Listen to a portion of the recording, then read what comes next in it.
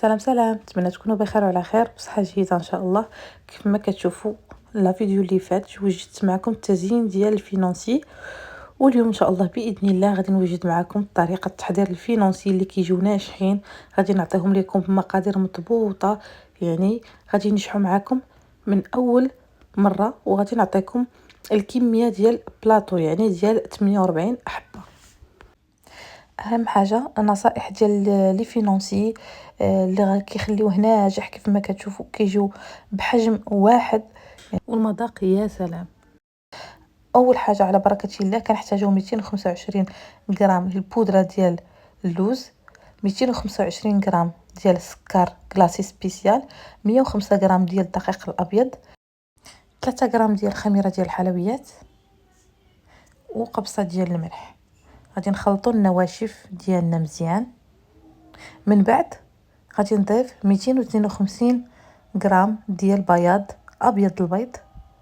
وهنا النصائح ديال لي فينونسي البنات، كنجيبوا السباتول وكنبقاو نخلطوا من التحت للفوق، يعني ما نخلطوش بحال كنخلطوا كيك من التحت للفوق. كنضيفوا عليها 158 غرام ديال الزبده نوازيت، كنصفيوها وكنضيفوها. وهذه الطريقه باش كنخلطوا لا فينونسي حتى كنحصلوا على خليط على هذا الشكل هذا. كيف ما كتشوفوا هنا غادي نقسموا الخليط، يعني الكميه اللي بغيتو غادي نقسمها انايا على 3. كيف ما كتشوفوا هنايا ضفت الكريمه ديال البيستاج. صافي كنحاول نخلطو هكا بنفس الطريقه ديال لي فينونسي. وهنا غادي نجيب المول اللي غادي ندير فيه فينونسي. اهم نصائح ديال هاد الفينونسي البنات، يعني الطريقه اللي كيخدموا بها لي شافي باش كيكون فينونسي ناجح. يعني كديروا لي فينونسي في المول ديالكم، ومن الاحسن انهم يباتوا وينشفوا مزيان. الكميه الثانيه غندير فيها البودره الكاكاو والمر كيف ما كتشوفوا نفس الطريقه. والكميه الثالثه غادي نخليها عاديه. كيف ما قلت لكم البنات، من الاحسن توجدوهم بليله الغد اللي كيطيبوا. هاد الفينونسي تماما بحال حلوه اللوز، فاش كنصايبوها وكنخليوها تبات وتنشف مزيان. انا هنايا راه ما خليتهمش يعني يباتوا، ما كانش عندي الوقت. تقريبا خليتهم 4 سوايع وطيبتهم وجاوني ناجحين. ولكن خليوهم نتوما اكثر اذا كان عندكم الوقت وتوجدوهم على اتساع.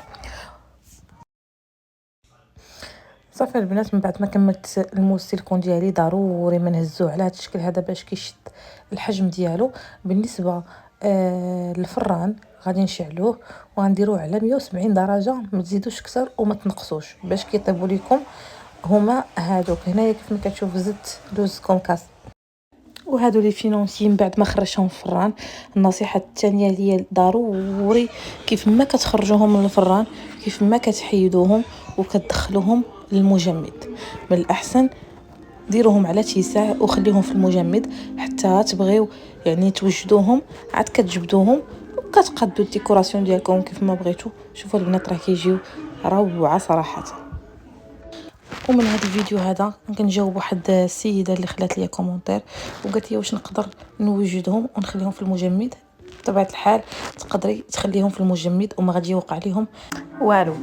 كذلك كنحتاجوا الكناج باش كنزينوا لي فينونسي.